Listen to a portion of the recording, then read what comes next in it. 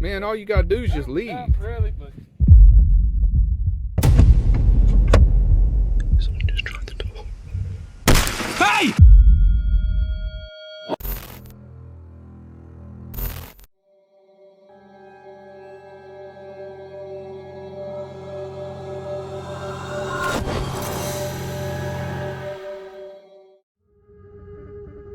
The first video tonight comes from Nemo's Camper Adventures, a UK-based van life channel focused on simple overnight stays in quiet countryside locations. It is September 15th, 2024, in a remote rural park-up, United Kingdom. The camper arrives at a quiet countryside spot for a spontaneous overnight stay. The setting is open and peaceful, sun setting, minimal traffic, and no immediate signs of other people. He sets up outside the van, cooking a simple meal while the light fades. For a while, everything holds steady. Then a group arrives. Like chavs are us are finally going. That's it. Take your hairdryer somewhere else. I'm trying to relax.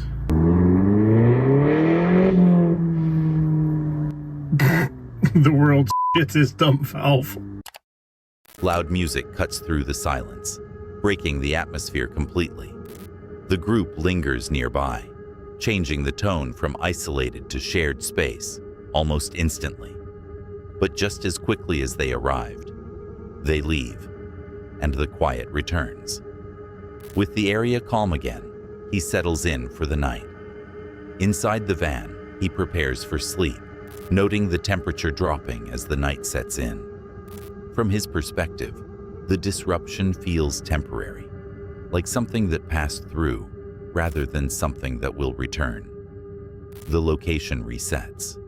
It feels like the moment is over. Sods have now gone, and I'm hanging out my backside. It is 20 past 1 in the morning, and I really need to go back to sleep, but I don't know. Chavs, I hate them. In the early hours, around 1:20 a.m., the same group comes back. The noise is enough to wake him immediately. After hours of silence, the contrast is sharper this time, more intrusive, more frustrating. The key difference now isn't just the sound, it's the timing. He stays inside, waiting it out. There's no confrontation, no escalation, just patience. Eventually, the noise fades again as the group leaves for a second time. The quiet returns, but not in the same way. The first time, it feels like a one-off, just bad timing, wrong place, wrong moment. But when it happens again, it changes how you see the spot. Not dangerous, not even unusual, really, just unpredictable. And that's the part that sticks. Because even in places that feel completely quiet, you're never fully in control of what shows up, or when. Before we move on, if you're enjoying the video so far, leaving a like really helps. And if you haven't subscribed yet, now's a good time. We recently passed 50,000 subscribers, and that's entirely because of you. The next target is 100,000 before the end of the year. Ambitious, but worth aiming for. There's a hidden word somewhere in this video. See if you can spot it. Now, let's continue. The next horrifying video comes from Easy J Van Life, a van life channel documenting real-time travel across Europe. It is January 2026 along the Adriatic coast near Pescara, Italy. The couple continue driving south through Italy. They deliberately leave busier areas behind, choosing toll roads to reach quieter coastal locations. The plan is simple: find an off-grid spot, settle for the night, and avoid crowded park-ups. Everything up to this point is controlled. Planned routes, known stops, a clear destination. This is where things took a turn for the worst. As we drove through the beautiful, quiet seafront, we arrived at the camper area. We had found this on Park4Night. It had 4.7 stars and plenty of reviews. It cost €7 in the summer, but in the winter it was completely free. September.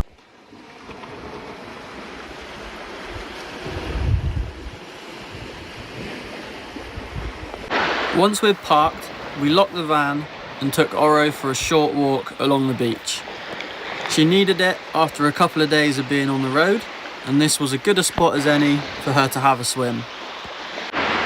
We walked around 400 metres, no more than an hour along the beach, did some filming, got the drone up, and let Oro have a swim. Then the situation flips. They later state the van was broken into during that short walk. There's no moment where it's seen happening, no noise, no warning, just a gap in time where everything changes. Oh, chargers. After initially realising that we'd been broken into, we hit the road pretty quick. We just wanted to get out of there in case there was any danger.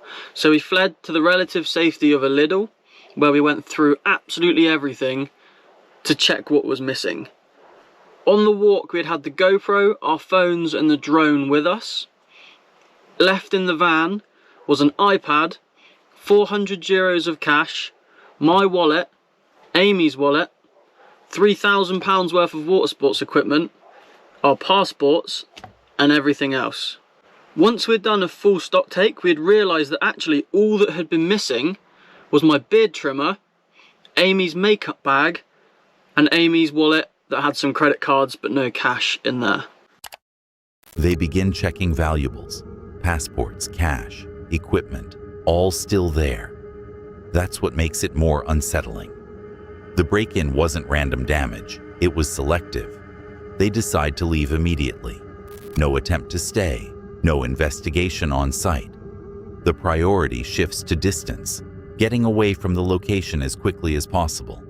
The environment that felt safe minutes earlier no longer is. And now this. Van life. I really wasn't that convinced by our breakdown cover, and being in the south of Italy, we really didn't expect it to be a quick operation. But within 10 minutes of the siesta being over, a tow truck came and picked us up and took us to the garage, in a very, very Italian way. On the phone, the breakdown company was super helpful. They kept us updated with what was going on and gave us multiple options. So get breakdown cover, because you never know when you're going to do something stupid.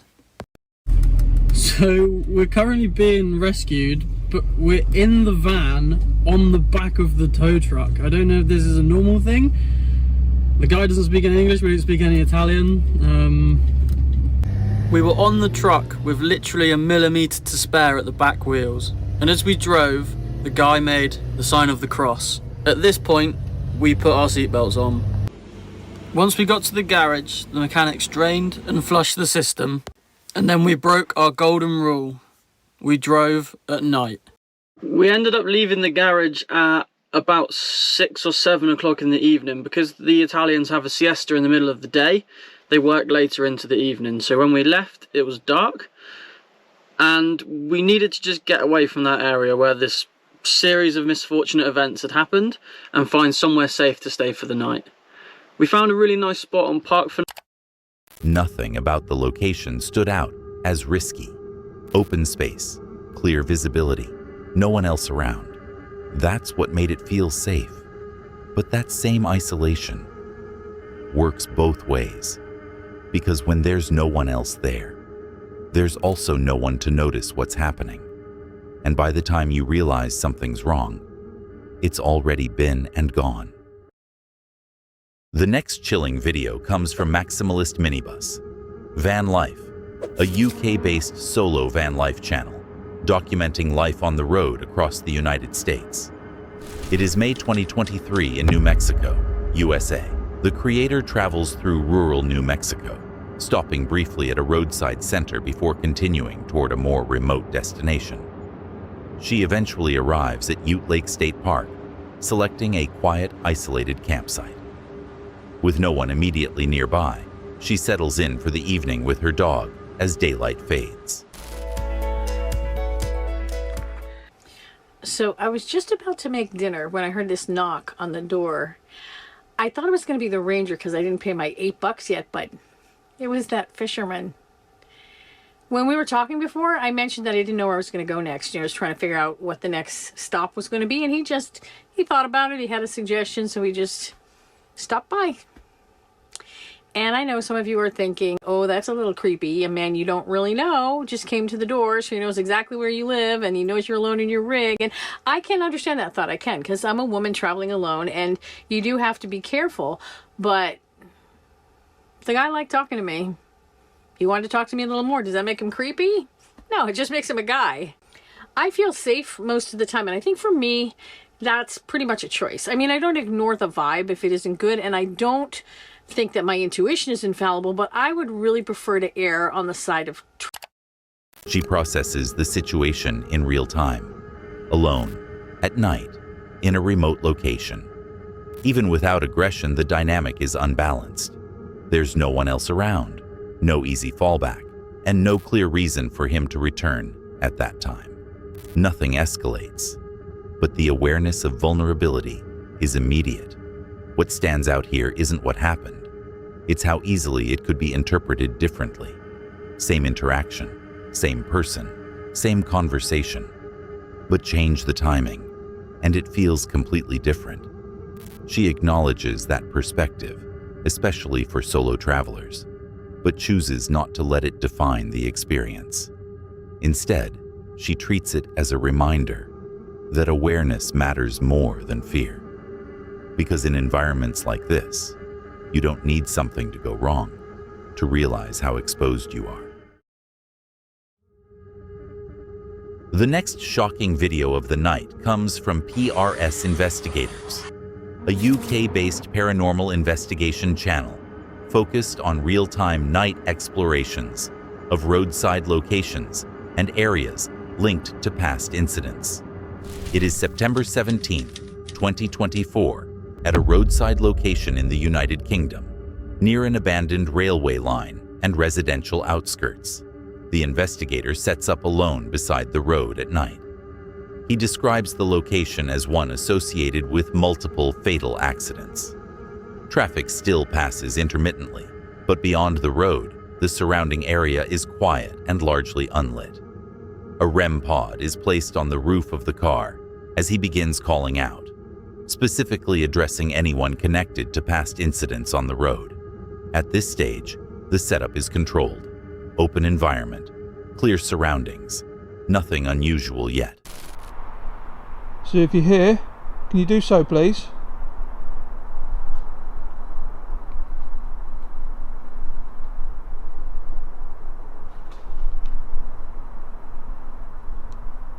That's a pigeon.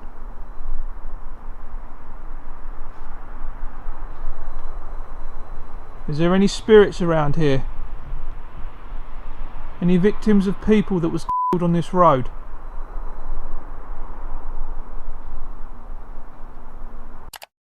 Then it happens again. Another sound, similar, just as abrupt. This time the pattern starts to form. It's still explainable. Could be environmental, could be distant movement, but the consistency begins to stand out. Screaming.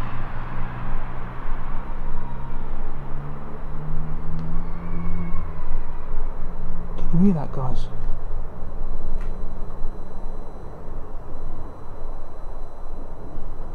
Why would there be a child screaming at about 1:30 in the morning? What the fuck?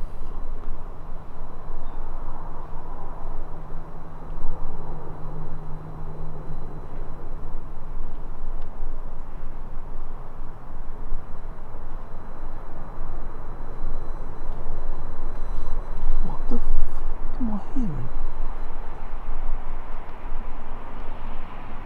Why is there a child screaming?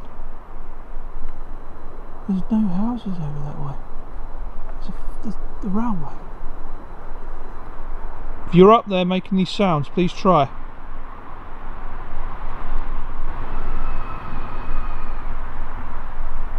The heck? I can hear a child screaming.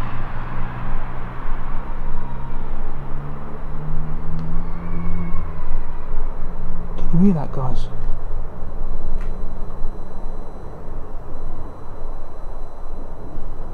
Why would there be a child screaming at about 1:30 in the morning? What the fuck? At about 1:30 in the morning. What the fuck?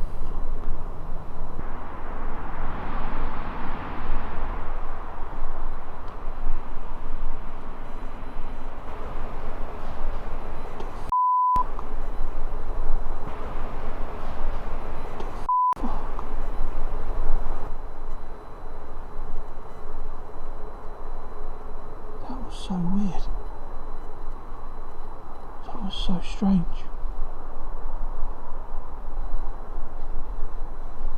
Please tell me you heard that. You there? Then the tone shifts completely. A clear sound is heard in the distance, high-pitched, sustained, and unmistakably human-like. It resembles a child crying or screaming. The direction appears to come from near the old railway line, an area with no visible activity and no reason for anyone to be there at that hour. His reaction is immediate, not curiosity, but concern, because this isn't a subtle noise anymore. It's defined. So weird. That was so strange. Please tell me you heard that. You there?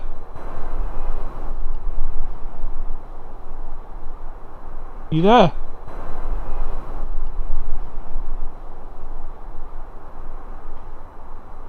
Did you hear that? It's like a kid. That was really weird. Why would a kid be out at this time of bloody night?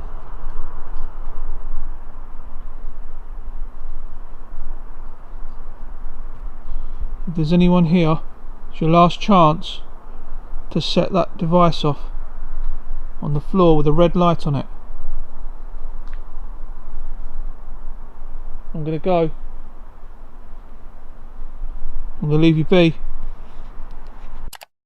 He tries to process it, repeating what he heard, questioning the distance, the direction, whether it could realistically be someone nearby. But nothing lines up. No movement, no follow-up sound, no visible source, just a single clear moment that doesn't fit the environment.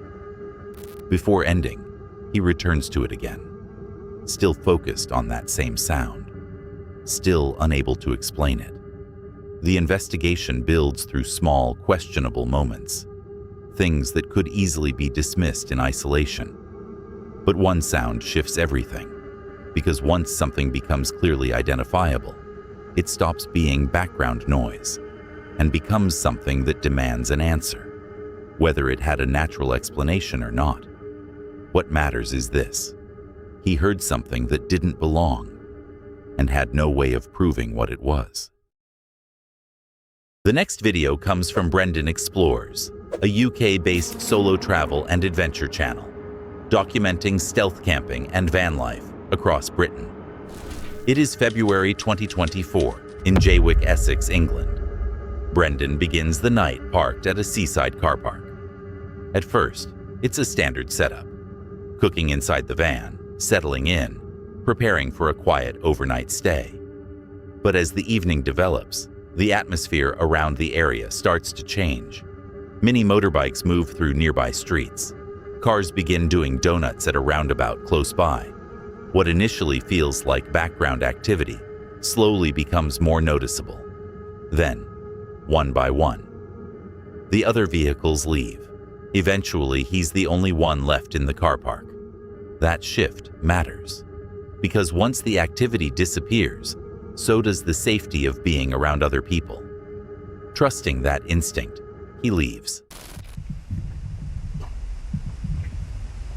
I think someone's outside the van.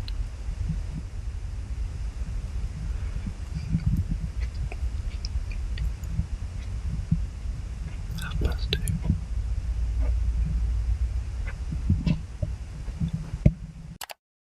That silence breaks. A sound, subtle at first, comes from outside the van. Movement, not wind, not distant noise, close. He immediately notices it, lowering his voice, trying to listen more carefully.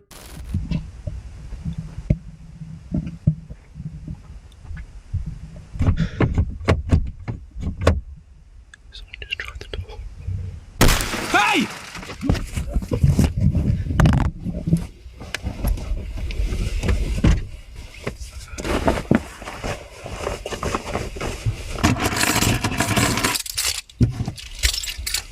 Right, whoever the that was has now gone. I'm gonna get out of here. Oh my god.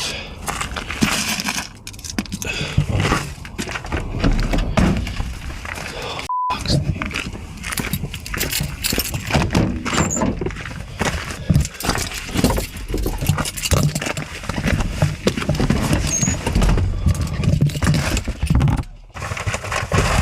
Where's my phone?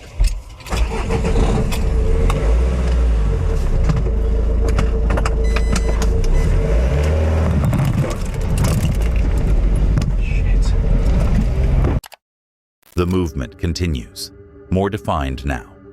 Something or someone is moving around the vehicle. At this point, it's no longer uncertainty. It's proximity, and it's deliberate. Then it escalates instantly. A loud crash.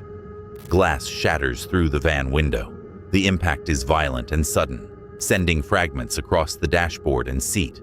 There's no buildup, no warning, just immediate intrusion. Afterward, the situation becomes practical, but the impact is already there. Broken glass, cold air flooding in. No sense of safety left in the vehicle.